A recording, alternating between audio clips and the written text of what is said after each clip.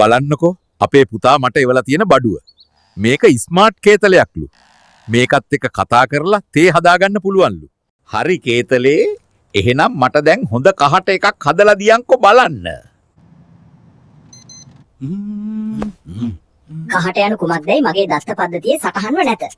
කරුණාකර නැවත උත්සාහ කරන්න. මොන මල වදයක්ද මේ? හරි. එහෙනම් වතුර ටිකක් රත් කරපන්. ඔබට අවශ්‍ය උෂ්ණත්වය සෙල්සියස් අංශක වලින් ප්‍රකාශ කරන්න. සෙල්සියස්? මම දන්න සෙල්සියස් එකක් නැහැ. උඹ ඔය තියෙන විදිහට රත් කරපන්. මට තේ එකක් බොන්න ඕනේ. තේරෙනවද? තේ! ඔබගේ කටහඬේ ස්වරය අනුව ඔබ කෝපයෙන් සිටින බව හඳුනාගත්තෙමි. ඔබට අවශ්‍ය නම් සිත සංසුන් කරන සංගීතයක් වාදනය කළ හැක. මේ මොන කෙහෙම්මලක්ද?